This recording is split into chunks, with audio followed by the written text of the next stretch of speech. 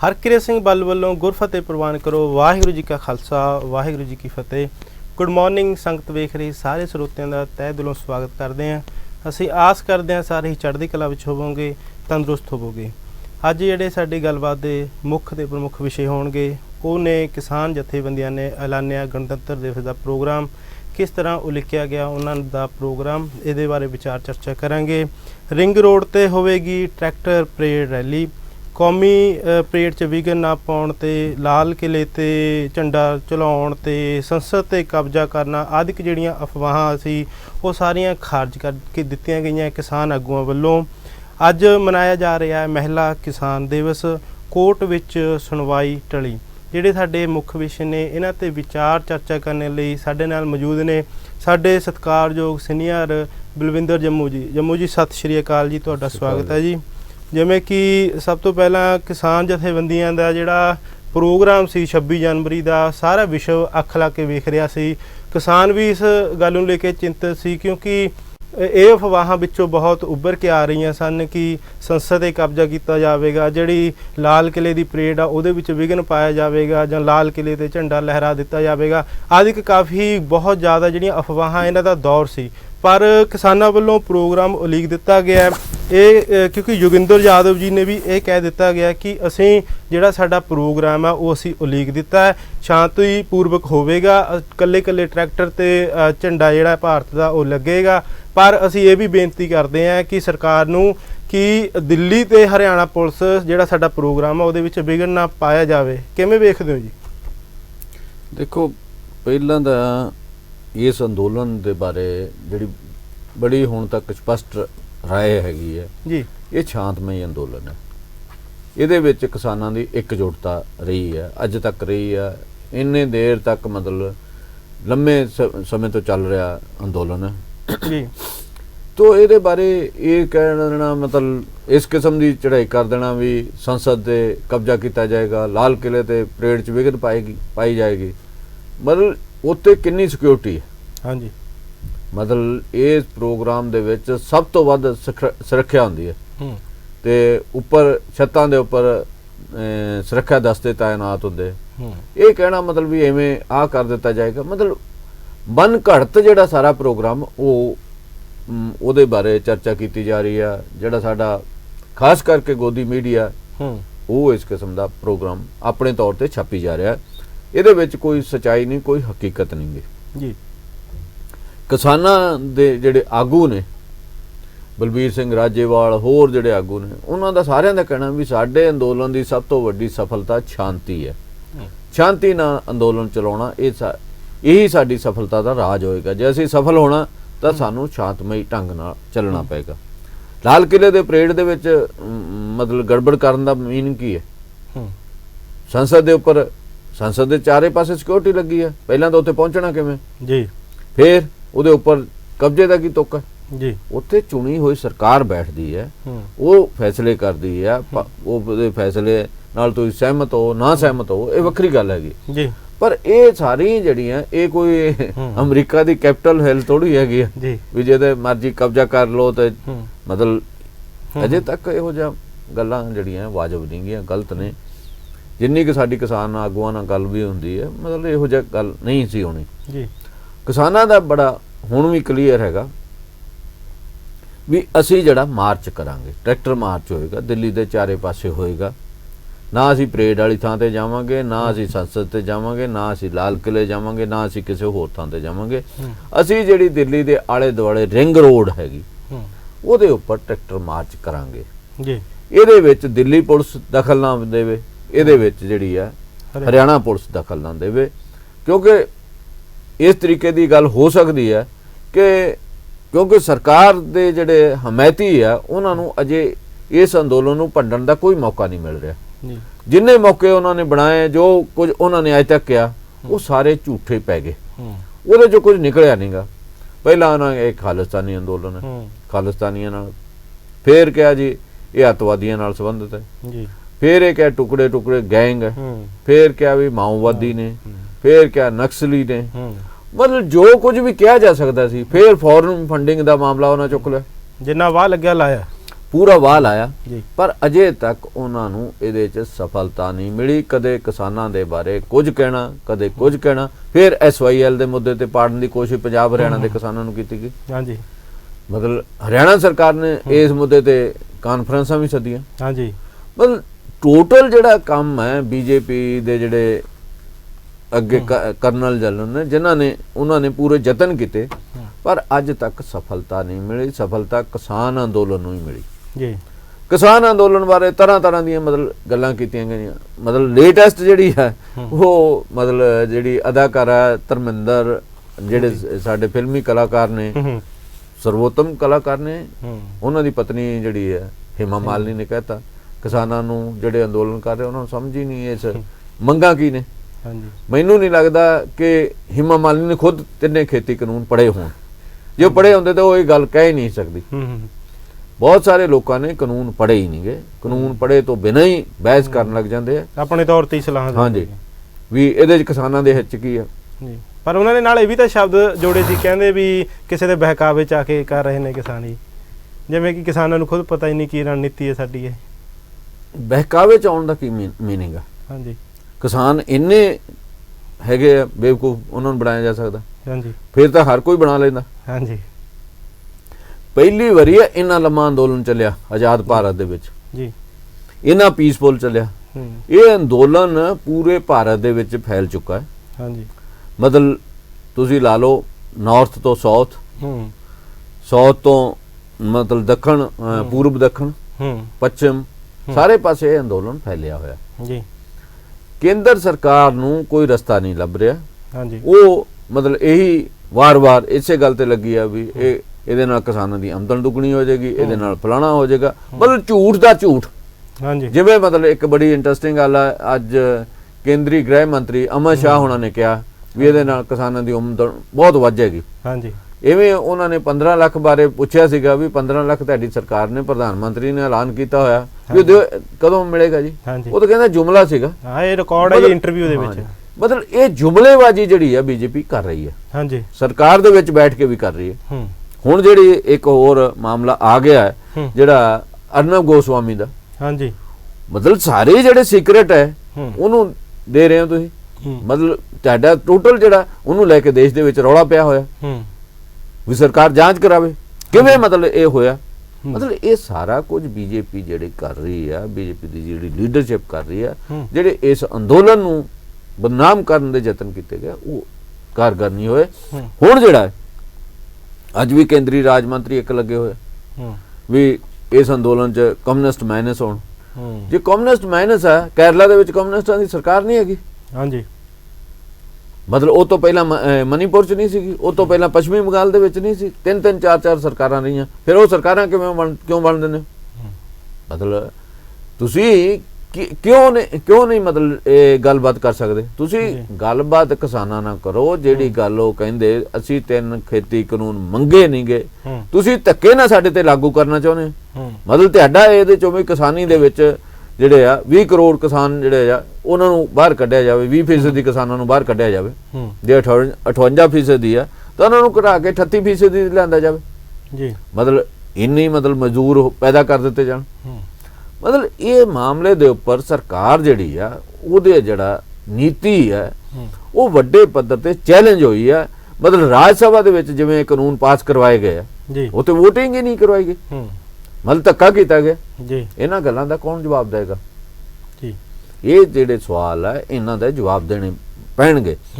ਮਤਲਬ ਕਿੰਨੇ ਕਿਸਾਨ 100 ਤੋਂ ਉੱਪਰ ਕਿਸਾਨ ਜਿਹੜੇ ਆ ਸ਼ਹਾਦਤ ਪ੍ਰਾਪਤ ਕਰ ਗਏ ਜੀ, ਉਹਨਾਂ ਦਾ ਕੌਣ ਜ਼ਿੰਮੇਵਾਰ ਹੈ? ਇਹ ਸਵਾਲ ਦਾ ਜਵਾਬ ਬੀਜੇਪੀ ਦੇ ਲੀਡਰਾਂ ਨੂੰ ਨਹੀਂ ਦੇਣਾ ਪਏਗਾ। ਪੰਜਾਬ 'ਚ ਨਹੀਂ ਦੇਣਾ ਪੈ ਰਿਹਾ, ਹਰਿਆਣਾ 'ਚ ਨਹੀਂ ਦੇਣਾ ਪੈ ਰਿਹਾ ਜੀ, ਹੋਰ ਹਿੱਸਿਆਂ 'ਚ ਨਹੀਂ ਦੇਣਾ ਪਏਗਾ। ਇੰਟਰਨੈਸ਼ਨਲੀ ਕਿਉਂਕਿ ਅਸੀਂ ਸਾਰੀ ਜਿਹੜੀ ਦੁਨੀਆ ਜਿੱਥੇ ਭਾਰਤੀ ਗਏ ਹੋਏ ਆ 2 ਕਰੋੜ ਦੇ ਕਰੀਬ ਭਾਰਤੀ ਦੁਨੀਆ ਦੇ ਵਿਦੇਸ਼ਾਂ ਦੇ ਵਿੱਚ ਨੇ, ਉਹਨਾਂ ਦੀਆਂ ਵੀ ਨਿਗਾਹਾਂ ਇਸੇ ਅੰਦੋਲਨ ਦੇ ਉੱਪਰ ਹੈ। ਦੁਨੀਆ ਦੀ ਜਿਹੜੀ ਡੈਮੋਕ੍ਰੇਸਿਕ ਫੋਰਸਿਸ ਨੇ, ਜਮਹੂਰੀ ਤਾਕਤਾਂ ਨੇ, ਉਹ ਵੀ ਇਸ ਅੰਦੋਲਨ ਨੂੰ ਦੇਖ ਰਹੀਆਂ ਨੇ। ਹਾਂਜੀ तो सारी दुनिया ਦੀਆਂ ਜਿਹੜੀਆਂ ਨਿਗਾਹਾਂ ਨੇ ਇਸ ਅੰਦੋਲਨ ਦੇ ਉੱਪਰ ਲੱਗੀਆਂ ਹੋਈਆਂ, ਉਹ ਸਾਰੇ ਦੇਖਦੇ ਵੀ ਇਹਦੀ ਆਊਟਕਮ ਕੀ ਹੋਏਗੀ, ਇਹ ਅੰਦੋਲਨ ਕਿੱਧਰ ਨੂੰ ਜਾਏਗਾ। ਇਸ ਕਰਕੇ ਸਾਰਿਆਂ ਦੀ ਕਾਮਨਾ ਹੈਗੇ ਜਿਹੜੇ ਜਮਹੂਰੀਅਤ ਦੇ ਵਿੱਚ ਵਿਸ਼ਵਾਸ ਰੱਖਦੇ ਵੀ ਕੇਂਦਰ ਸਰਕਾਰ ਨੂੰ ਇਹ ਮਾਮਲਾ ਹੱਲ ਕਰਨਾ ਚਾਹੀਦਾ। ਇਹ ਤਿੰਨੇ ਖੇਤੀ ਕਾਨੂੰਨ ਵਾਪਸ ਲੈਣੇ ਚਾਹੀਦੇ ਆ। ਵਾਪਸ ਲੈ ਕੇ ਅੱਗੇ ਗੱਲ ਤੋਰਨੀ ਚਾਹੀਦੀ ਹੈ। ਉਹੀ ਕਾਨੂੰਨ ਬਣਾਉਣੇ ਚਾਹੀਦੇ ਜਿਹਦੇ ਨਾਲ ਕਿਸਾਨਾਂ ਦੀ ਕੋਈ ਸਹਿਮਤੀ ਹੋਵੇ, ਕਿਸਾਨਾਂ ਦੇ ਨਾਲ ਸਲਾਹ ਮਸ਼ਵਰਾ ਕਰਕੇ ਬਣਾਇਆ ਜਾਣ। ਕਿਤੇ ਸਲਾਹ ਮਸ਼ਵਰਾ ਕੀਤਾ ਹੀ ਨਹੀਂ ਗਿਆ ਇਹਨਾਂ ਕਾਨੂੰਨਾਂ ਬਾਰੇ। ਇਹ ਸਾਰੀਆਂ ਗੱਲਾਂ 'ਚ ਜਿਹੜੀ ਕੇਂਦਰ ਸਰਕਾਰ ਆ ਐਕਸਪੋਜ਼ ਹੋਈ ਆ। ਇਸ ਕਰਕੇ ਸਾਰੇ ਮਾਮਲੇ ਦੇ ਉੱਪਰ ਨਵੇਂ ਸਿਰਿਓਂ ਵਿਚਾਰ ਕਰਨਾ ਚਾਹੀਦਾ। 26 ਆਉਣ ਵਾਲੀ ਹੈ, 26 ਦੇ ਵਿੱਚ ਕੋਈ ਬਹੁਤ ਵੱਡਾ ਅੰਤਰ ਨਹੀਂਗਾ। ਉਸ ਤੋਂ ਬਾਅਦ 29 ਨੂੰ ਪਾਰਲੀਮੈਂਟ ਸੈਸ਼ਨ ਵੀ ਆ ਰਿਹਾ। ਇਸ ਕਰਕੇ ਇਹਨਾਂ ਕਾਨੂੰਨਾਂ ਨੂੰ ਪਾਰਲੀਮੈਂਟ ਦੇ ਵਿੱਚ ਲਿਜਾ ਕੇ ਰੱਦ ਕਰ ਦੇਣਾ ਚਾਹੀਦਾ। ਨਵੇਂ ਸਿਰਿਓਂ ਕਾਨੂੰਨ ਬਣਨੇ ਚਾਹੀਦੇ ਆ। ਉਹ ਕਾਨੂੰਨ ਬਣਨੇ ਚਾਹੀਦੇ ਜਿਹੜੇ ਕਿਸਾਨਾਂ ਦੇ ਹਿੱਤਾਂ ਦੇ ਨਾਲ ਮੇਲ ਖਾਂਦੇ ਹੋਣ। ਇਹਦੇ ਨਾਲ ਜਿਹੜੇ ਆ, ਤੁਸੀਂ ਮੈਨੂੰ ਇਹ ਦੱਸੋ ਵੀ ਜਿਹੜੇ 5 ਏਕੜ ਦਾ ਕਿਸਾਨ ਹੈ, ਹਾਂਜੀ, ਉਹਦੀ 5 ਏਕੜ ਦੇ ਨੂੰ ਜੇ ਪਰਾਲੀ ਸਾੜਨ ਦੇ ਮਾਮਲੇ ਦੇ ਵਿੱਚ 1 ਕਰੋੜ ਕਾਲ ਲੈ ਲਈ ਜੀ। ਸਤਿ ਸ਼੍ਰੀ ਅਕਾਲ ਜੀ, ਸਵਾਗਤ ਹੈ ਤੁਹਾਡਾ। ਹਾਂਜੀ ਬਲ ਸਾਹਿਬ, ਤੁਹਾਨੂੰ ਤੇ ਜੰਮੂ ਸਾਹਿਬ ਨੂੰ, ਤੁਹਾਡੇ ਸਟਾਫ ਨੂੰ, ਤੁਹਾਡੇ ਦਰਸ਼ਕਾਂ ਨੂੰ ਗੁਰਦੇਵ ਸਿੰਘ ਭੋਗਲ ਵੱਲੋਂ ਯੂਕੇ ਤੋਂ ਵਾਹਿਗੁਰੂ ਜੀ ਕਾ ਖਾਲਸਾ ਵਾਹਿਗੁਰੂ ਜੀ ਕੀ ਫਤਿਹ ਜੀ। ਫਤਿਹ ਜੀ, ਫਤਿਹ। ਭੋਗਲ ਸਾਹਿਬ ਕੀ ਹਾਲ ਚਾਲ ਤੁਹਾਡਾ? ਜੰਮੂ ਸਾਹਿਬ ਠੀਕ ਠਾਕ ਆ, ਹਾਲ ਬਿਲਕੁਲ ਠੀਕ ਆ। ਮਾੜਾ ਜਿਹਾ ਦੰਦ ਦੁਖਦਾ, ਚਲੋ ਕੋਈ ਗੱਲ ਨਹੀਂ। ਅੱਛਾ, ਥੋੜੀ ਜਿਹਾ ਦੰਦ ਦੀ ਤਕਲੀਫ ਆ, ਕੋਈ ਗੱਲ ਨਹੀਂ। ਜਿੱਥੇ ਵਾਹਿਗੁਰੂ ਰੱਖੇ ਠੀਕ ਹੀ ਆ ਉਹ। ਠੀਕ ਠੀਕ। ਹਾਂ ਜੰਮੂ ਸਾਹਿਬ, ਤੁਹਾਡੇ ਦਰਸ਼ਨ ਬੜੇ ਦਿਨਾਂ ਬਾਅਦ ਹੋਇਆ। ਬਲ ਸਾਹਿਬ ਤੇ ਆਉਂਦੇ ਰਹੇ ਨੇ। ਉਹ ਮੈਂ ਵੀ ਥੋੜਾ ਜੰਮੂ ਸਾਹਿਬ, ਮੈਂ ਇਹ ਗੱਲ ਕਹਿਣੀ ਚਾਹੁੰਦਾ, ਜਿਹੜੀ ਤੁਸੀਂ ਗੱਲ ਕੀਤੀ ਆ, ਤੁਸੀਂ ਮੈਨੂੰ ਸੁਣਦੇ ਹੋ ਹਮੇਸ਼ਾ। ਮੈਂ ਅਕਸਰ ਇਹ ਗੱਲ ਕਹਿਣਾ ਕਿ ਗੁਰੂ ਨਾਨਕ ਪਾਤਸ਼ਾਹ ਵੀ ਕਹਿੰਦੇ ਨੇ, ਗੁਰਬਾਣੀ ਵਿੱਚ ਵੀ ਕਹਿੰਦੇ ਨੇ ਕਿ ਸੱਚ ਇੱਕੋ ਹੀ ਹੁੰਦਾ ਤੇ ਝੂਠ ਤੇ ਸੈਂਕੜੇ ਕਰੋੜਾਂ ਹਜ਼ਾਰਾਂ ਕਰੋੜਾਂ ਹੋ ਜਾਂਦੇ ਨੇ। ਜਿੱਦਾਂ ਤੁਸੀਂ ਦੱਸਿਆ ਵੀ ਇਹਨੇ ਕੀ ਕੁਝ ਨਹੀਂ ਕੀਤਾ ਜਾਂ ਕੀ ਕੁਝ ਅੱਜ ਵੀ ਕਰ ਰਹੇ ਨੇ। ਝੂਠ ਬਹੁਤ ਹੁੰਦੇ ਨੇ, ਸੈਂਕੜੇ ਹਜ਼ਾਰਾਂ ਕਰੋੜਾਂ ਚਲੇ ਜਾਂਦੇ ਨੇ, ਪਰ ਸੱਚ ਇੱਕੋ ਹੀ ਹੁੰਦਾ। ਸੱਚ ਦੇ ਮੋਹਰੇ ਭਾਵੇਂ ਕਰੋੜਾਂ ਝੂਠ ਹੋਣ, ਉਹ ਗੋਰਣੀਆਂ ਟੇਕ ਜਾਂਦੇ ਨੇ ਜੀ। ਹਾਂਜੀ ਹਾਂਜੀ, ਬਿਲਕੁਲ ਸੱਚ ਇੱਕੋ ਹੀ ਹੁੰਦਾ। ਤੇ ਲਓ, ਮੈਂ ਜਿਹੜਾ ਸੁਨੇਹਾ ਦੇਣਾ ਹੁੰਦਾ ਜੰਮੂ ਸਾਹਿਬ, ਤੁਹਾਨੂੰ ਪਤਾ ਬਲ ਸਾਹਿਬ, ਉਹ ਮੈਂ ਤੁਹਾਡੇ ਦਾ 1 ਮਿੰਟ ਲੈਣਾ ਆ ਤੇ ਮੈਂ ਜੋ ਕਹਿਣਾ ਮੈਂ ਕਹਿ ਦੇਣਾ ਚਾਹੁੰਦਾ ਆ। ਹਾਂਜੀ ਹਾਂਜੀ, ਕਹੋ ਜੀ ਕਹੋ। ਬਹੁਤ ਧੰਨਵਾਦ ਜੰਮੂ ਸਾਹਿਬ। ਬਲ ਸਾਹਿਬ ਲਓ, ਮੈਂ ਸੁਨੇਹਾ ਜਿਹੜਾ ਦੇਣਾ ਚਾਹੁੰਦਾ ਗੁਰਮਤ ਦਾ, ਉਹ ਇਹ ਆ ਕਿ ਨਾ ਉਹ ਨਦੀਆਂ ਪਾਰ ਹੁੰਦੇ, ਨਾ ਹੀ ਸਿਖਰ ਚੜ ਸਕਦੇ।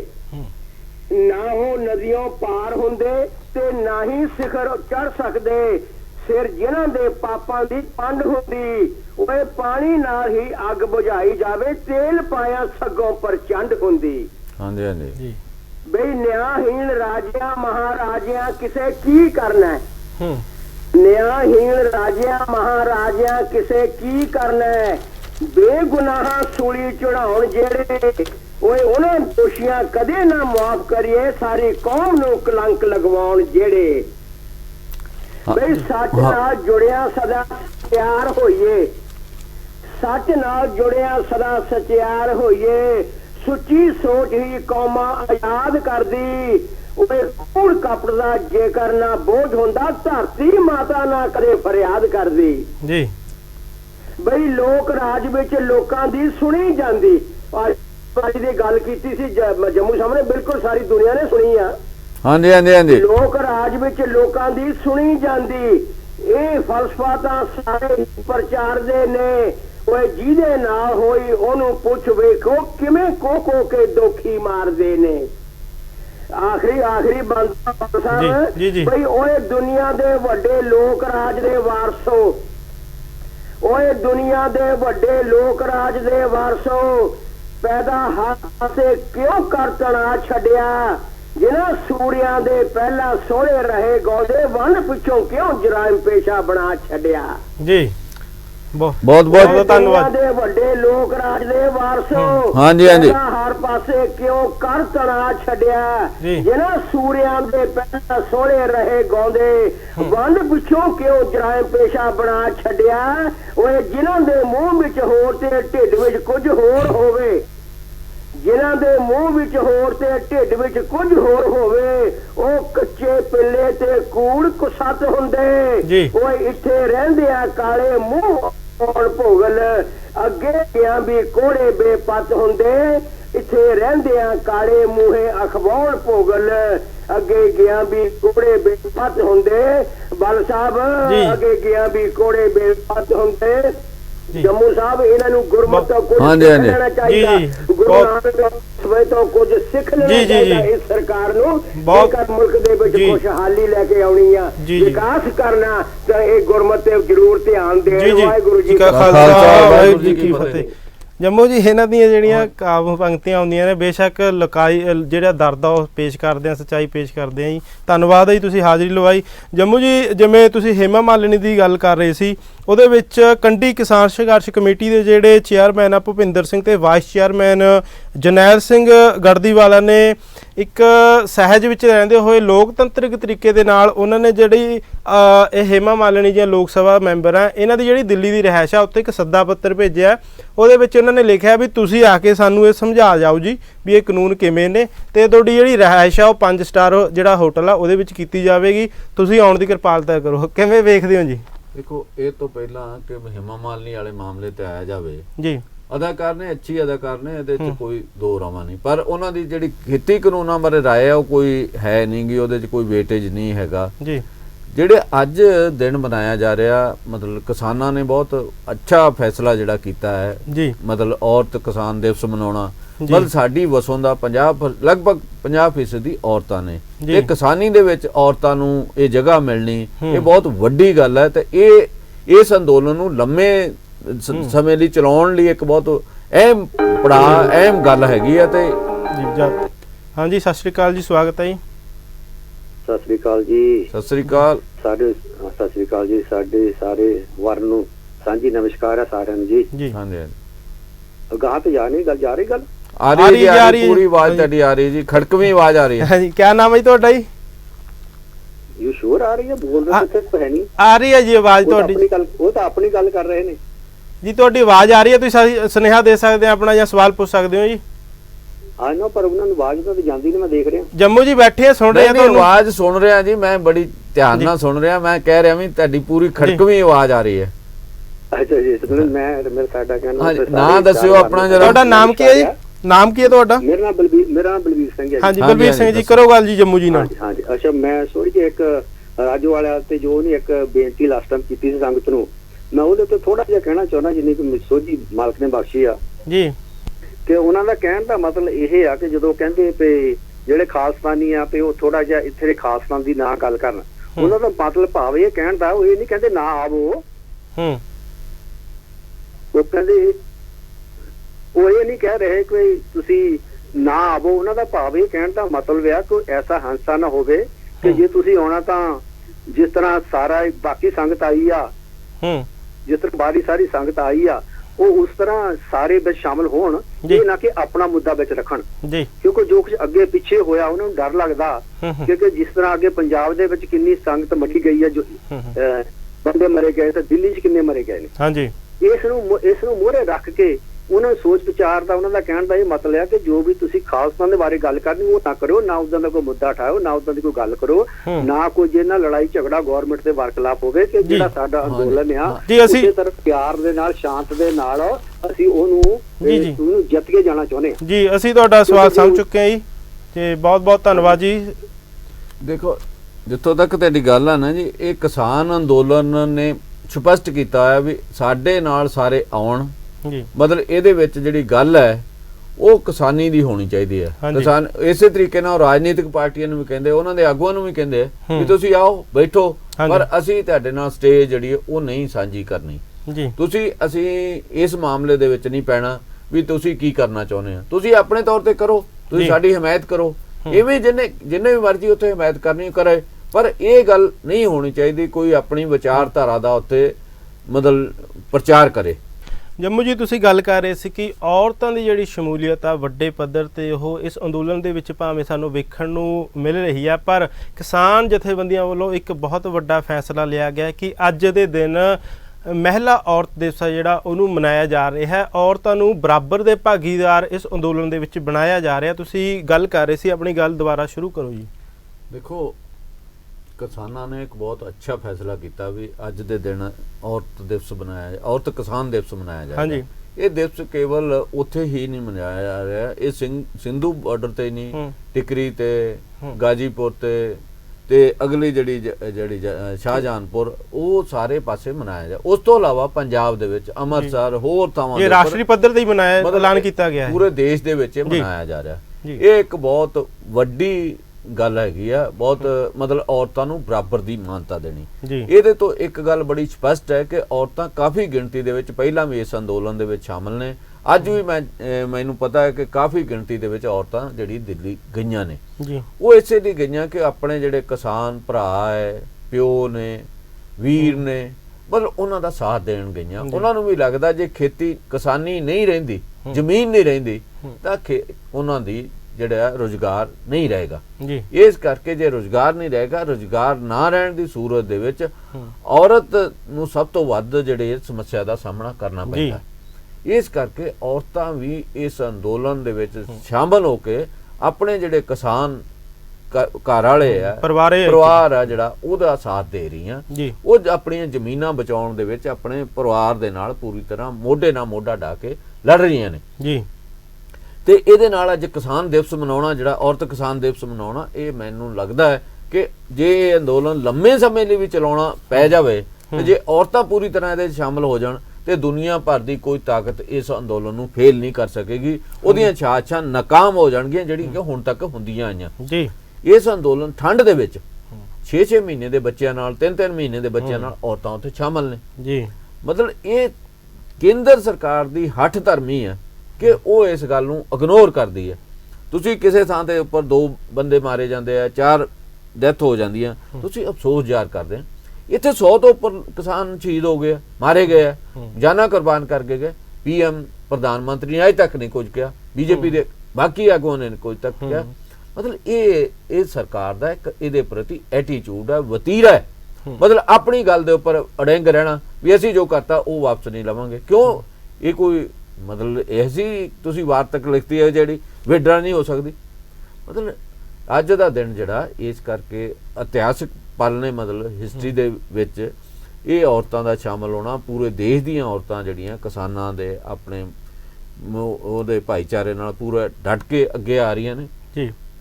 ਤੇ ਆਉਣ ਵਾਲੇ ਸਮੇਂ ਦੇ ਵਿੱਚ ਵੀ ਔਰਤਾਂ ਬਰਾਬਰ ਤੇ ਕੁਝ ਥਾਵਾਂ ਦੇ ਉੱਪਰ ਔਰਤਾਂ ਬੋਲਦੀਆਂ ਨੇ, ਸਟੇਜ ਦੇ ਉੱਪਰ ਵੀ ਸਟੇਜ ਸਾਂਝੀ ਕਰਦੀਆਂ ਨੇ। ਇਹ ਚੰਗੀ ਗੱਲ ਹੈ। ਮਤਲਬ ਇਹਦੇ ਨਾਲ ਇਸ ਅੰਦੋਲਨ ਦੀ ਜਿਹੜੀ ਤਾਕਤ ਹੈ ਹੋਰ ਮਜ਼ਬੂਤ ਹੋਏਗੀ, ਹੋਰ ਮਜ਼ਬੂਤੀ ਮਿਲੇਗੀ। ਔਰਤਾਂ ਕੁਝ ਮਾਲਵੇ ਦੇ ਵਿੱਚ ਸ਼ਰੇਆਮ ਇਹਨਾਂ ਕਾਨੂੰਨਾਂ ਦੇ ਉੱਪਰ ਗੱਲ ਕਰਦੀਆਂ ਨੇ ਤੇ ਜਿਵੇਂ ਸ਼ਮੂਲੀਅਤ ਵਧੇਗੀ ਉਵੇਂ ਜਿਹੜੀ ਹੈ ਇਹ ਗੱਲਬਾਤ ਹੋਰ ਅੱਗੇ ਤੁਰੇਗੀ। ਔਰਤਾਂ ਜਿਹੜੀਆਂ ਜ਼ਿਆਦਾ ਐਜੂਕੇਟ ਕਰ ਸਕਦੀਆਂ ਬੰਦਿਆਂ ਦੇ ਮੁਕਾਬਲੇ, ਕਿਉਂਕਿ ਘਰ ਦੇ ਵਿੱਚ ਔਰਤਾਂ ਕੋਲ ਟਾਈਮ ਵੀ ਵੱਧ ਹੁੰਦਾ ਤੇ ਉਹਦੇ ਵਿੱਚ ਗੱਲਬਾਤ ਰਾਹੀਂ ਉਹ ਮਾਮਲੇ ਨੂੰ ਜ਼ਿਆਦਾ ਬਿਹਤਰ ਢੰਗ ਨਾਲ ਹੱਲ ਕਰ ਸਕਦੀਆਂ ਨੇ। ਇਸ ਕਰਕੇ ਔਰਤਾਂ ਦੀ ਸ਼ਮੂਲੀਅਤ ਬਹੁਤ ਵੱਡੀ ਗੱਲ ਹੈ ਤੇ ਬਹੁਤ ਚੰਗੀ ਗੱਲ ਹੈ। ਇਹਦੇ ਨਾਲ ਇਹ ਅੰਦੋਲਨ ਜਿਹੜਾ ਹੋਰ ਬਿਹਤਰ ਹੋਏਗਾ, ਹੋਰ ਸਫਲ ਹੋਏਗਾ। ਦੂਜੀ ਗੱਲ ਤੁਸੀਂ ਜਿਹੜੀ ਹੇਮਾ ਮਾਲਿਨੀ ਦੀ ਕੀਤੀ ਹੈ, ਜਿਹੜਾ ਜਲੰਧਰ ਦੇ ਕਿਸਾਨਾਂ ਨੇ ਕਿਹਾ ਜਾਂ ਹੋਰ ਥਾਵਾਂ ਦੇ ਕਿਸਾਨ ਵੀ ਕਹਿ ਰਹੇ ਆ, ਹੇਮਾ ਮਾਲਿਨੀ ਹੁਣਾਂ ਨੂੰ ਚਾਹੀਦਾ ਹੈ ਕਿ ਉਹ ਇਹਨਾਂ ਕਾਨੂੰਨਾਂ ਬਾਰੇ ਪਹਿਲਾਂ ਪੜ੍ਹ ਲੈਣ, ਇਹਨਾਂ ਦੀ ਸਟੱਡੀ ਕਰ ਲੈਣ। ਮਤਲਬ ਉਹ ਇਹਦੇ ਬਾਰੇ ਜਿਹੜਾ ਕੇਂਦਰ ਸਰਕਾਰ ਦਾ ਰਟਿਆ ਰਟਾਇਆ ਮੰਤਰ ਆ ਵੀ ਇਹਦੇ ਨਾਲ ਕਿਸਾਨਾਂ ਨੂੰ ਫਾਇਦਾ ਹੋਏਗਾ, ਉਹ ਦੱਸਣ ਤਾਂ ਸਹੀ, ਕੇਂਦਰ ਸਰਕਾਰ ਸਮਝਾਵੇ ਤਾਂ ਸਹੀ ਵੀ ਕਿਵੇਂ ਫਾਇਦਾ ਹੋਏਗਾ। ਤੁਸੀਂ ਕਹਿੰਦੇ ਵੀ ਕਿਸਾਨ ਓਪਨ ਉਹਦੇ ਲਈ ਮੰਡੀਆਂ ਖੁੱਲ ਗਈਆਂ, ਅਸੀਂ ਕਹਿੰਦੇ ਵੀ 86% ਜਿਹੜਾ ਕਿਸਾਨ ਆ 5 ਏਕੜ ਤੋਂ ਘੱਟ ਹੈ। ਤੇ ਜਿਹੜੇ ਬਾਕੀ ਕਿਸਾਨ ਆ ਉਹਨਾਂ ਨੂੰ ਕਿਵੇਂ ਫਾਇਦਾ ਹੋਏਗਾ ਇਹਦਾ ਮੰਡੀਆਂ ਖੋਲਣ ਦਾ। ਪਹਿਲਾਂ ਜਿਹੜੇ ਕਿੰਨੂ ਵਾਲੇ ਸੀਗੇ ਕਿਸਾਨ ਜਾਂ ਹੋਰ ਫਲਾਂ ਵਾਲੇ ਕਿਸਾਨ, ਉਹ ਪਹਿਲਾਂ ਹੀ ਪੂਰੇ ਦੇਸ਼ ਦੇ ਵਿੱਚ ਵੇਚ ਰਹੇ ਨੇ। ਇਸ ਕਰਕੇ ਇਹ ਕਹਿਣਾ ਕਿ ਇਹਨਾਂ ਕਾਨੂੰਨਾਂ ਦਾ ਫਾਇਦਾ ਹੋਏਗਾ, ਹੇਮਾ ਮਾਲਿਨੀ ਹੁਣਾਂ ਨੂੰ ਜੇ ਕੋਈ ਗੱਲ ਸਮਝ ਆਈ ਆ ਤਾਂ ਉਹ ਦੱਸਣਾ। ਉਹਨਾਂ ਕਿਸਾਨਾਂ ਦਾ ਚੈਲੰਜ ਸਵੀਕਾਰ ਕਰਨਾ ਚਾਹੀਦਾ, ਉਹਨਾਂ ਨੂੰ ਦੱਸਣਾ ਚਾਹੀਦਾ। ਵੈਸੇ ਤਾਂ ਉਹ ਜਿਹੜੇ ਧਰਮਿੰਦਰ ਉਹਨਾਂ ਦੇ ਬੇਟੇ ਜਿਨ੍ਹਾਂ ਨੂੰ ਗੁਰਦਾਸਪੁਰ ਦੇ ਲੋਕਾਂ ਨੇ ਜਿਤਾਇਆ ਹੈ, ਮਤਲਬ ਸਨੀ ਦਿਓਲ, ਉਹਨਾਂ ਦਾ ਵੀ ਉਹ 2.5 ਕਿਲੋ ਦਾ ਜਿਹੜਾ ਹੱਥ ਹੈ ਮੁੜ ਕੇ ਦਿਸਿਆ ਹੀ ਨਹੀਂਗਾ। ਵੀ ਉਹ ਕਿਸਾਨਾਂ ਦੇ ਨਾਲ ਹੋਣਾ ਚਾਹੀਦਾ, ਉਹ ਲੋਕਾਂ ਦੇ ਨਾਲ ਹੋਣਾ ਚਾਹੀਦਾ ਜਿਨ੍ਹਾਂ ਨੇ ਤੁਹਾਨੂੰ ਪਾਰਲੀਮੈਂਟ ਦੇ ਵਿੱਚ ਭੇਜਿਆ। ਮਤਲਬ ਤੁਸੀਂ ਕੋਈ ਗੱਲ ਨਹੀਂ ਕੀਤੀ, ਤੁਹਾਡੇ ਹਲਕੇ ਦੇ ਕਿਸਾਨ ਵੀ ਕਿੰਨੀ ਗਿਣਤੀ ਦੇ ਵਿੱਚ ਉੱਥੇ ਬੈਠੇ ਜਾ ਕੇ, ਤੁਸੀਂ ਉਹਨਾਂ ਦਾ ਦੁੱਖ ਦਰਦ ਸੁਣੋ ਤਾਂ ਕਿ ਗੱਲ ਜਿਹੜੀ ਹੈ ਅੱਗੇ ਤੁਰੇ। ਤੁਸੀਂ ਗੱਲ ਸੁਣਨ ਲਈ ਤਿਆਰ ਨਹੀਂ, ਤੁਹਾਨੂੰ ਤਾਂ ਜੋ ਦਿੱਲੀ ਤੋਂ ਫਰਮਾਨ ਜਾਰੀ ਹੋ ਗਿਆ ਵੀ ਖੇਤੀ ਕਾਨੂੰਨਾਂ ਦੇ ਹੱਕ 'ਚ ਬੋਲਣਾ, ਬੋਲੀ ਜਾ ਰਹੇ, ਪਰ ਇੱਕ ਵੀ ਲਾਭ ਦੱਸਣ ਲਈ ਤਿਆਰ ਨਹੀਂ।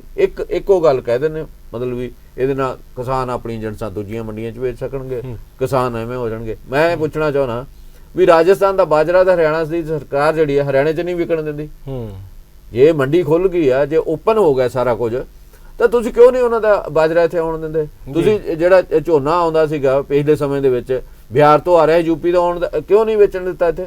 ਉੱਥੇ ਜਿਹੜਾ ਝੋਨਾ ਸੀਗਾ 1100 ਰੁਪਏ 900 ਰੁਪਏ 800 ਰੁਪਏ ਵਿਕਦਾ ਸੀਗਾ, 1100 ਰੁਪਏ। ਇੱਥੇ ਕਿਉਂ ਨਹੀਂ 1850 ਵਿਕਣ ਦਿੱਤਾ ਉਹਨਾਂ ਦਾ? ਜੇ ਤੁਹਾਨੂੰ ਇੰਨਾ ਹੀ ਖਿਆਲ ਸੀਗਾ ਤੇ ਕਿਸਾਨਾਂ ਦੇ ਮੁੱਦਿਆਂ ਦੇ ਉੱਪਰ ਜਿਹੜੀ ਹੈ ਗੱਲ ਕਰਨੀ, ਜਿਹੜੀ ਆ ਜਿਹੜੇ ਇਹ ਪਰਿਵਾਰ ਹੈ ਧਰਮਿੰਦਰ ਦਾ ਪਰਿਵਾਰ, ਧਰਮਿੰਦਰ ਨੇ ਆਪ ਇੱਕ ਦਿਨ ਕਿਹਾ ਵੀ ਮਾਮਲੇ ਹੱਲ ਕਰਨੇ ਚਾਹੀਦੇ, ਉਹ ਚੰਗੀ ਗੱਲ ਹੈ, ਪਰ ਨਾ ਸਨੀ ਦਿਓਲੇ ਤੇ ਬੋਲਿਆ ਤੇ ਹੇਮਾ ਮਾਲਿਨੀ ਤਾਂ ਉਲਟ ਬੋਲੇ।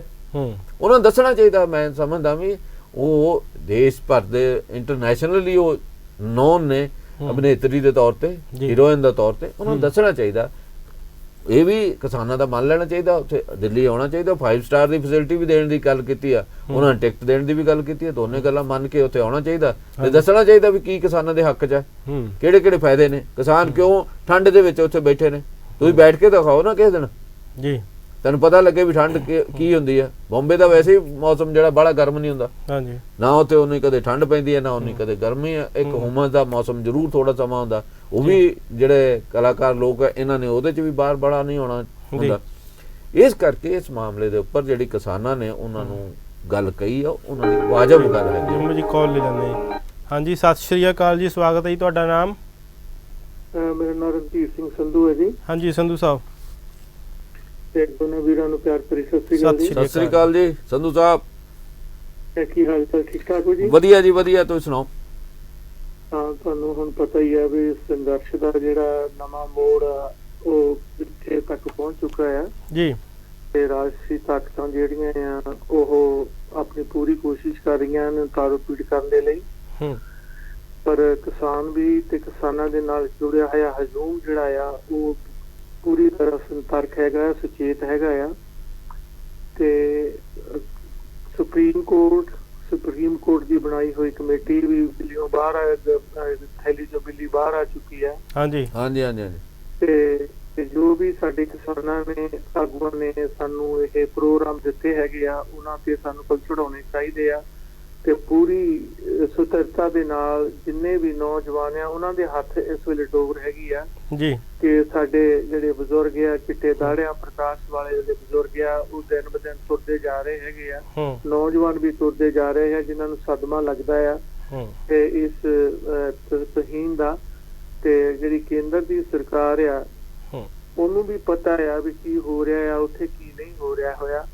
ਲੇਕਿਨ ਇੱਕ ਛੋਟੀ ਜਿਹੀ ਗੱਲ ਆ, ਅਸੀਂ ਸਾਰੇ ਪੜ੍ਹੇ ਲਿਖੇ ਵਰਗ ਦੇ ਲੋਕ ਹੈਗੇ ਆ, ਉੱਥੇ ਇਹ ਜਾਣਦੇ ਆ ਸੰਵਿਧਾਨ ਦੇ ਰਾਹੀਂ ਜਿਹੜਾ ਕਾਨੂੰਨ ਬਣਾਇਆ ਜਾਂਦਾ ਤੇ ਉਹਨੂੰ ਰੱਦ ਵੀ ਕੀਤਾ ਜਾ ਸਕਦਾ ਹੈ। ਬਹੁਤ ਵੱਡੀ ਲੰਮੀ ਚੌੜੀ ਗੱਲ ਨਹੀਂ, ਸੈਸ਼ਨ ਬੁਲਾ ਕੇ ਤੇ ਇਹ ਚੀਜ਼ਾਂ ਨੂੰ ਵਿਚਾਰ ਸੈਸ਼ਨ ਤਾਂ ਆ ਹੀ ਰਿਹਾ ਜੀ 29 ਨੂੰ।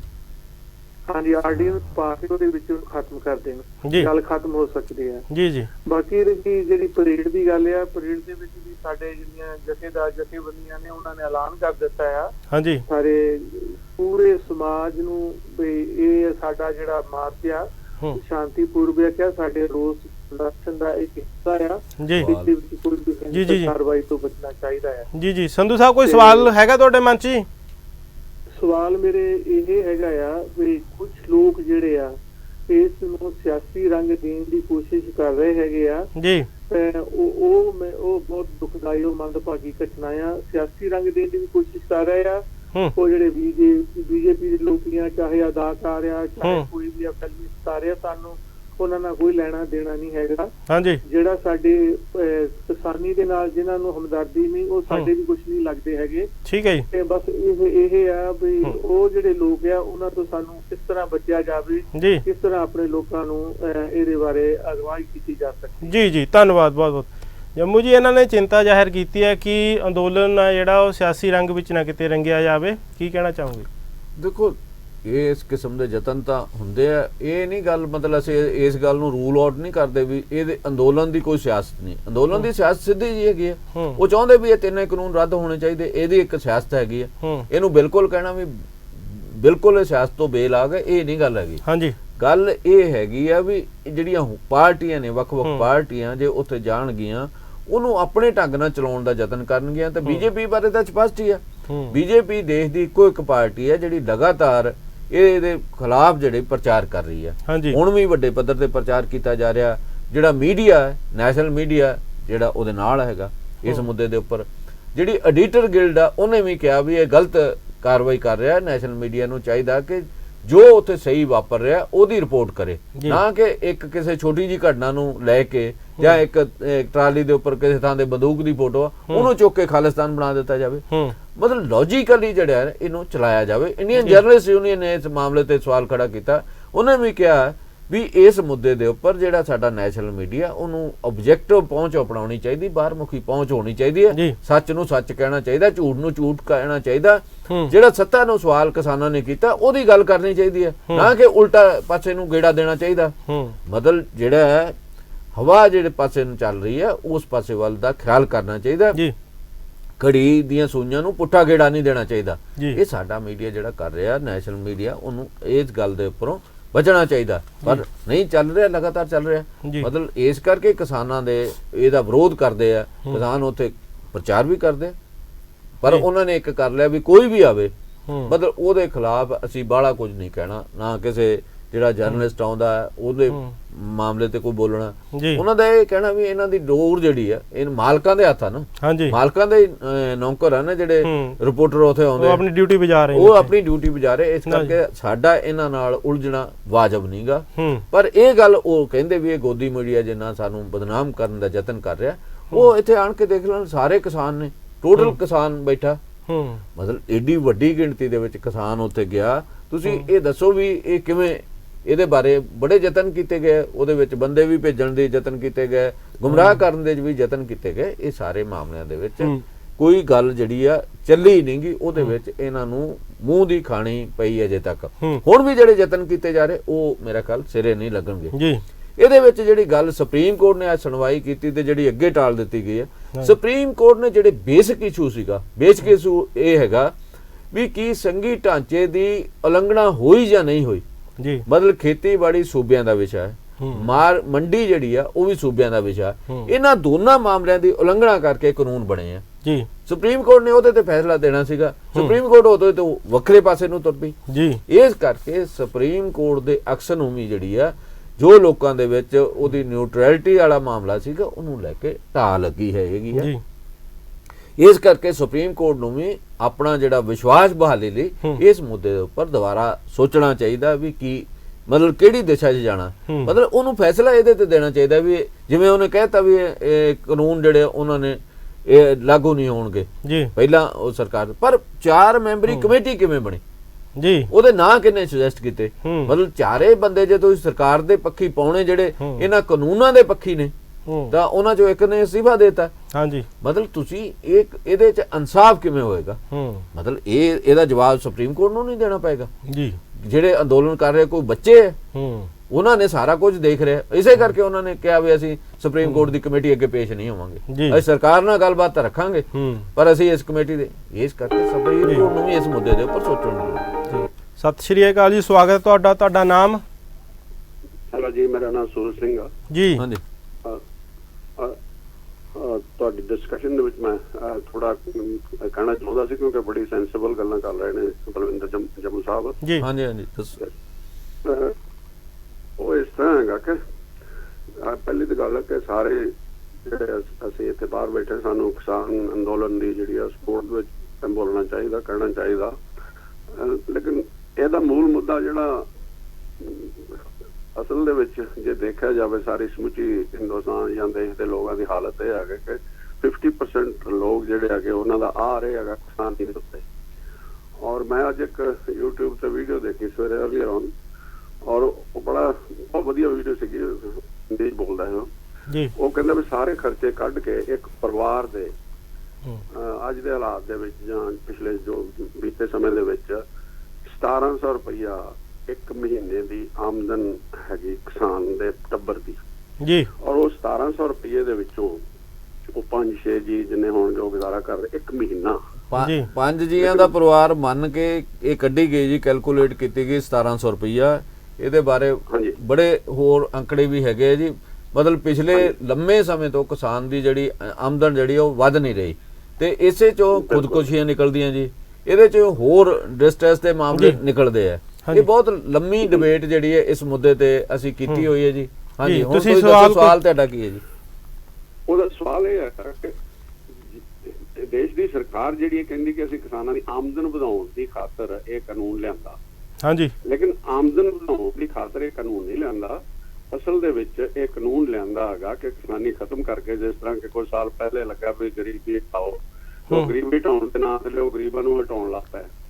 ਕਿਸਾਨਾਂ ਨੂੰ ਕਿਸਾਨੀ ਚੋਂ ਕੱਢਣ ਲਈ ਇਹ ਕਾਨੂੰਨ ਲਿਆਂਦਾ ਹੈਗਾ ਤਾਂ ਕਿ ਜਿਹੜੀ ਉਹ ਮਜ਼ਦੂਰ ਮਾਰਕੀਟ ਦੇ ਵਿੱਚ ਆ ਜਾਣ। ਔਰ ਮਜ਼ਦੂਰ ਮਾਰਕੀਟ ਦੇ ਵਿੱਚ ਆਲਰੇਡੀ ਉਹਨਾਂ ਨੇ ਫੈਸਲਾ ਕਰਤਾ ਕਿ 8 ਘੰਟੇ ਦੀ ਜਗ੍ਹਾ 12 ਘੰਟੇ ਦਾ ਦਿਨ ਹੋਏਗਾ। ਇਹਦਾ ਮਤਲਬ ਇਹ ਹੈਗਾ ਕਿ ਮੰਨ ਲਓ ਮਜ਼ਦੂਰ ਇੱਕ ਦਫਾ ਥੈਚਰ ਨੇ ਕਿਹਾ ਹੈਗਾ ਕਿ ਜੇ ਤੁਸੀਂ ਕਿਸੇ ਚੀਜ਼ ਦੀ ਕੀਮਤ ਘਟਾਉਣੀ ਹੈ ਨਾ, ਉਹ ਚੀਜ਼ ਮਾਰਕੀਟ 'ਚ ਭਰ ਦਿਓ ਜੀ। ਤੇ ਇਹਦਾ ਮਤਲਬ ਕਿ ਮਜ਼ਦੂਰ ਜਿਹੜਾ ਗਾ ਉਹ ਹੋਰ ਮਤਲਬ ਸਸਤਾ ਮਿਲੇਗਾ। ਸਵਾਲ ਇਹ ਹੈਗਾ ਕਿ ਇਹਨਾਂ ਦਾ ਇੱਕ ਵੱਡਾ ਆਰਗੂਮੈਂਟ ਹੈਗਾ ਕਿ ਅਸੀਂ ਇਨਫਲੇਸ਼ਨ ਕੰਟਰੋਲ ਕਰਦੇ ਹਾਂ। ਜੇ ਕਿਸਾਨਾਂ ਦੀ ਕੀਮਤ ਪ੍ਰੋਡਿਊਸ ਜਿਹੜੀ ਹੈਗੀ ਉਹ ਮਤਲਬ ਮਹਿੰਗੀ ਮਿਲੇਗੀ ਤੇ ਜਿਹਦੇ ਨਾਲ ਕੰਜ਼ਿਊਮਰ ਜਿਹੜਾ ਹੈਗਾ ਉਹਨੂੰ ਹੋਰ ਮਤਲਬ ਕੀਮਤ ਲਾ ਪੈਗੀ ਜੀ। ਹੈਗੇ ਕਿ ਜੇ ਸਬਸਿਡੀ ਤਾਂ ਕੋਈ ਵੀ ਚੀਜ਼ ਜਿਹੜੀ ਆ ਜੋ ਕਿਸਾਨ ਦੀ ਪ੍ਰੋਡਿਊਸ 5 ਰੁਪਏ ਨੂੰ ਕਿਲੋ ਵਿਕਦੀ ਆ ਤੇ ਜਿਹੜਾ ਕੰਜ਼ਿਊਮਰ ਹੈਗਾ ਉਹਨੂੰ 20 ਰੁਪਏ ਨੂੰ ਕਿਲੋ ਮਿਲ ਰਹੀ ਆ ਜੀ। ਔਰ ਜਿਹੜਾ ਵਿਚਲੇ ਹੈਗੇ ਉਹ ਸਾਰੇ ਖਾਈ ਜਾਂਦੇ ਆ। ਜੇ ਕਿਸਾਨ ਦੀ 1 ਕਿਲੋ ਦੀ ਚੀਜ਼ ਜਿਹੜੀ ਹੈ 10 ਨੂੰ ਮਿਲੀ ਤੇ ਜਿਹੜਾ 20 ਰੁਪਏ ਨੂੰ ਖਰੀਦਾ ਉਹਨੂੰ 30 ਦੇਣੇ ਪੈਣਗੇ। ਇਸ ਕਰਕੇ ਉਹ ਮਤਲਬ ਹੋਰ ਤੰਗ ਹੋਏਗਾ। ਸਵਾਲ ਤੇ ਹੈਗਾ ਕਿ ਤੁਸੀਂ ਜੇ ਇਨਫਲੇਸ਼ਨ ਕੰਟਰੋਲ ਕਰਨੀ ਆ ਤੇ ਤੁਸੀਂ ਕਿਸਾਨ ਜਿਹੜੇ ਮਜ਼ਦੂਰ ਜਿਹੜੇ ਦੇਖੋ ਜੀ ਲੋਕ ਕੰਜ਼ਿਊਮਰਸ ਹੈਗੇ ਉਹਨਾਂ ਦੀ ਤਨਖਾਹਾਂ ਵਧਾਓ ਜੀ। ਤਨਖਾਹਾਂ ਵਧਾਉਣ ਦੇ ਨਾਲ ਜਿਹੜਾ ਹੈਗਾ ਉਹ ਜਿਹੜੇ ਮਾਲਕ ਆ ਉਹਨਾਂ ਨੂੰ ਘਾਟਾ ਪੈਂਦਾ ਹੈ। ਸੋ ਇਸ ਕਰਕੇ ਗੱਲ ਨੂੰ ਲੰਬੀ ਨਾ ਕਰਾਂ। ਗੱਲ ਤੇ ਬਹੁਤ ਗੱਲ ਹੈ ਕਿ ਜਿਨ੍ਹਾਂ ਦੇ ਜੇਬ 'ਚ ਪੈਸਾ, ਉਹਨਾਂ ਕੋਲ ਪੈਸਾ ਨਹੀਂ ਕੱਢਣਾ ਔਰ ਇਨਫਲੇਸ਼ਨ ਨੂੰ ਕੰਟਰੋਲ ਕਰਨਾ। ਜਿਹਨਾਂ ਕੋਲ ਆਲਰੇਡੀ ਜਿਹੜੇ ਖੁਦਕਸ਼ੀਆਂ ਕਰ ਰਹੇ ਹੈਗੇ ਉਹਨਾਂ ਨੂੰ ਤੰਗ ਕਰਕੇ, ਉਹਨਾਂ ਨੂੰ ਹੋਰ ਤੰਗ ਕਰਕੇ ਔਰ ਉਹਨੂੰ ਖਤਮ ਕਰਕੇ ਤੇ ਇਹ ਬਹੁਤ ਖਤਰਨਾਕ ਪਾਲਿਸੀ ਸਾਡੇ ਦੇਸ਼ ਹੈ ਕਿ ਸਾਡੇ ਲੋਕਾਂ ਜੀ। ਤੁਹਾਡੇ ਸਵਾਲ ਹੈ ਜਿਹੜੇ ਜੰਮੂ ਜੀ ਸਮਝ ਚੁੱਕੇ ਨੇ, ਹੁਣ ਤੁਸੀਂ ਉਹਨਾਂ ਦਾ ਜਵਾਬ ਲਓ ਜੀ। ਜੀ ਜੰਮੂ ਜੀ, ਜਿਹੜੇ ਇਹ ਸਾਰੇ ਕਾਨੂੰਨ ਹੈ ਕਿਸਾਨੀ ਨੂੰ ਅਸੀਂ ਬੜੀ ਚੰਗੀ ਤਰ੍ਹਾਂ ਸਮਝਦੇ ਹਾਂ ਵੀ ਇਹਦੇ ਚੋਂ ਕੱਢਣਾ, ਖੇਤੀਬਾੜੀ ਚੋਂ ਬਾਹਰ ਕੱਢਣਾ ਤੇ ਉਹਦੇ ਲਈ ਇਹ ਜਿਹੜਾ ਸਾਰਾ ਮਾਡਲ ਹੈ ਕਾਰਪੋਰੇਟ ਮਾਡਲ ਹੈ। ਕਾਰਪੋਰੇਟ ਦੇ ਹੱਕ 'ਚ ਬਣਾਇਆ ਗਿਆ। ਮਤਲਬ ਜ਼ਮੀਨਾਂ ਜਿਹੜੀਆਂ ਜਦੋਂ ਅਸੀਂ 5 ਏਕੜ ਵਾਲੇ ਕਿਸਾਨ ਨੂੰ ਇਹ ਕਹਿੰਦੇ ਵੀ 1 ਕਰੋੜ ਰੁਪਈਆ ਜੁਰਮਾਨਾ ਲਾਇਆ ਜਾਏਗਾ ਤੇ ਉਹ ਕਰੋੜ ਰੁਪਏ ਦੀ ਤਾਂ ਉਹਦੀ ਜ਼ਮੀਨ ਵੀ ਨਹੀਂ ਗਈ, 5 ਸਾਲ ਦੀ ਸਜ਼ਾ ਹੋ ਜਾਏਗੀ। ਮਤਲਬ ਉਹਦੇ ਕੋਲ ਕਿੱਥੇ ਖਾਣ ਲਈ ਬਾਕੀ ਬਚੇਗਾ? ਮਤਲਬ ਕਿੱਥੇ ਉਹਨੇ ਫਸਲ ਬੀਜਣੀ ਹੈ? ਮਤਲਬ ਇਹ ਜਿਹੜੇ ਸਾਰੇ ਤਿੰਨੇ ਹੀ ਕਾਨੂੰਨ ਨੇ, 2 ਕਾਨੂੰਨ ਸਿੱਧੇ ਕਿਸਾਨਾਂ ਨਾਲ ਸੰਬੰਧਿਤ ਹੈ, ਤੀਜਾ ਆਮ ਜਨਤਾ ਨਾਲ ਸੰਬੰਧਿਤ ਹੈ ਐਸੈਂਸ਼ੀਅਲ ਕਮੋਡਿਟੀ ਦਾ। ਇਹਨਾਂ ਸਾਰੇ ਕਾਨੂੰਨਾਂ ਦਾ ਮਤਲਬ ਜਿਹੜਾ ਹੈ ਇਹ ਕਾਰਪੋਰੇਟ ਜਿਹੜਾ ਖੇਤੀ ਦਾ ਇਹ ਕਾਰਪੋਰੇਟਾਈਜੇਸ਼ਨ ਕਰਨਾ ਹੈਗਾ। ਇਸ ਕਰਕੇ ਕਿਸੇ ਤਰੀਕੇ ਨਾਲ ਵੀ ਕਿਸਾਨਾਂ ਦੇ ਹਿੱਤ ਵਿੱਚ ਨਹੀਂ ਗਏ। ਇਸੇ ਕਰਕੇ ਕਿਸਾਨਾਂ ਨੂੰ ਇਹ ਲੱਗਦਾ ਹੈ ਵੱਡੇ ਪੱਧਰ ਤੇ ਉਹਨਾਂ ਨੂੰ ਇਹ ਗੱਲ ਉਹਨਾਂ 'ਚ ਗਈ ਹੈ ਵੀ ਸਾਡੀਆਂ ਜ਼ਮੀਨਾਂ ਦੇ ਉੱਪਰ ਕਬਜ਼ੇ ਹੋਣਗੇ ਜੀ। ਇਸ ਕਰਕੇ ਉਹ ਠੰਡ ਦੇ ਮੌਸਮ ਦੇ ਵਿੱਚ ਉੱਥੇ ਦਿੱਲੀ ਦੇ ਬਾਰਡਰ ਦੇ ਉੱਪਰ ਬੈਠੇ ਆ। 100 ਤੋਂ ਉੱਪਰ ਕਿਸਾਨ ਜਿਹੜੇ ਸ਼ਹਾਦਤਾਂ ਦੇ ਚੁੱਕੇ, ਕੁਰਬਾਨੀਆਂ ਆਪਣੀਆਂ ਜਾਨਾਂ ਕੁਰਬਾਨ ਕਰ ਚੁੱਕੇ ਆ, ਪਰ ਉਹ ਫਿਰ ਵੀ ਦਿੱਲੀ ਤੋਂ ਵਾਪਸ ਆਉਣ ਲਈ ਤਿਆਰ ਨਹੀਂ ਗਏ। ਇਸ ਕਰਕੇ ਕਿ ਉਹਨਾਂ ਨੂੰ ਲੱਗਦਾ ਕਿ ਹੋਰ ਕੋਈ ਰਸਤਾ ਨਹੀਂ, ਇਹਦੇ ਨਾਲ ਸਾਰਾ ਕਿਸਾਨੀ ਦਾ ਸੰਕਟ ਖਤਮ ਨਹੀਂ ਹੋ ਜਾਣਾ ਜੀ। ਇਹਦੇ ਨਾਲ ਜਿਹੜਾ ਹੋਰ ਸੰਕਟ ਆਉਣਾ ਹੈ ਉਹਨੂੰ ਟਾਲਿਆ ਜਾ ਸਕੇਗਾ। ਪਰ ਕੇਂਦਰ ਸਰਕਾਰ ਇਹਨਾਂ ਕਾਨੂੰਨਾਂ ਦੇ ਉੱਪਰ ਜਿੰਨਾ ਚਿਰ ਇਹਨਾਂ ਨੂੰ ਵਾਪਸ ਨਹੀਂ ਲੈਂਦੀ ਉਹਨਾਂ ਚਿਰ ਕੋਈ ਹੱਲ ਨਹੀਂ ਨਿਕਲਦਾ। ਇਸ ਕਰਕੇ ਕੇਂਦਰ ਸਰਕਾਰ ਨੂੰ ਇਹਨਾਂ ਕਾਨੂੰਨਾਂ ਨੂੰ ਵਾਪਸ ਲੈਣਾ ਚਾਹੀਦਾ। ਉਹਨਾਂ ਦੀਆਂ ਜਿਹੜੀਆਂ ਗੱਲਾਂ ਸੀਗੀਆਂ ਉਹ ਠੀਕ ਨੇ। ਅਸੀਂ ਇਹਦੇ ਉੱਪਰ ਕਈ ਵਾਰੀ ਡਿਸਕਸ਼ਨ ਕੀਤੀ ਹੈ ਵੀ ਕੀ ਕੱਲੇ ਕਾਨੂੰਨ ਦਾ ਮੀਨਿੰਗ ਕੀ ਹੈ, ਪਹਿਲੇ ਕਾਨੂੰਨ 'ਚ ਕੀ ਹੈ, APMC ਦਾ ਕੀ ਹੈ, ਮੰਡੀ ਦਾ ਕੀ ਹੈ, ਕੀ ਕਾਨੂੰਨ ਹੈ। ਜਿੱਥੇ ਪਹਿਲਾਂ AMC ਨਹੀਂ ਹੈਗੀਆਂ ਉੱਥੇ ਕੀ ਹਾਲਤ ਹੈ। ਬਿਹਾਰ ਦੇ ਵਿੱਚ ਪਿਛਲੇ ਕਈ ਸਾਲਾਂ ਤੋਂ ਖਤਮ ਕੀਤੀਆਂ ਗਈਆਂ, ਉੱਥੇ ਕੀ ਹਾਲਤ ਹੈ। ਇਹ ਭਾਅ ਬੰਨਣ ਤੋਂ ਭੱਜਣਾ, ਖਰੀਦ ਤੋਂ ਭੱਜਣਾ, ਇਹ ਸਾਰੇ ਮਾਮਲੇ ਜਿਹੜੇ ਆ ਇਹ ਕਿਸਾਨੀ ਦੇ ਖਿਲਾਫ ਨੇ ਜੀ। ਇਸੇ ਤਰੀਕੇ ਨਾਲ ਪਹਿਲਾਂ ਜਿਹੜੇ ਲੇਬਰ ਕਾਨੂੰਨ ਨੇ, ਕਿਰਤ ਕਾਨੂੰਨਾਂ ਦੇ ਵਿੱਚ ਚੇਂਜਸ ਕੀਤੀਆਂ ਗਈਆਂ ਵੱਡੇ ਪੱਧਰ ਦੇ ਉੱਪਰ, ਉਹਦੇ ਵਿੱਚ ਹੀ ਉਹ ਜਿਹੜੀ ਕਹਿ ਰਹੇ ਸੀਗੇ ਕੰਮ ਦੇ ਘੰਟੇ ਵਧਾਉਣ ਦੀ ਗੱਲ ਉਹਦੇ 'ਚ ਆਈ ਹੈ ਜੀ।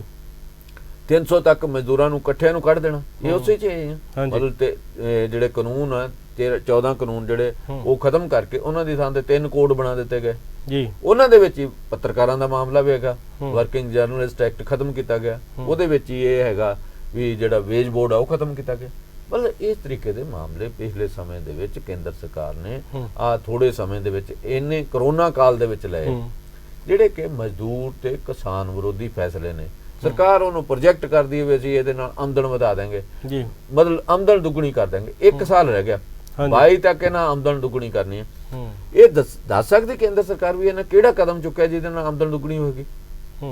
ਜਿਹੜੇ ਵੀ ਬੀਜੇਪੀ ਵਾਲੇ ਹਮਾਇਤੀ ਦੱਸਣ ਤਾਂ ਸਹੀ ਕਿਹੜੇ ਕਦਮ ਚੁੱਕੇ ਤੁਸੀਂ ਜਿਹਦੇ ਨਾਲ ਆਮਦਨ ਦੁੱਗਣੀ ਹੋਏਗੀ। ਜਿੰਨੀ ਕੁ ਕੀਮਤ ਵੱਧਦੀ ਹੈ ਜੀ ਉਹਦੇ ਨਾਲ ਸਿੱਕੇ ਦੀ ਪਸਾਰ ਦਰ ਇਨਫਲੇਸ਼ਨ ਜਿਹਨੂੰ ਕਹਿ ਦਿੰਦੇ ਉਹ ਵੱਧ ਜਾਂਦੀ ਹੈ।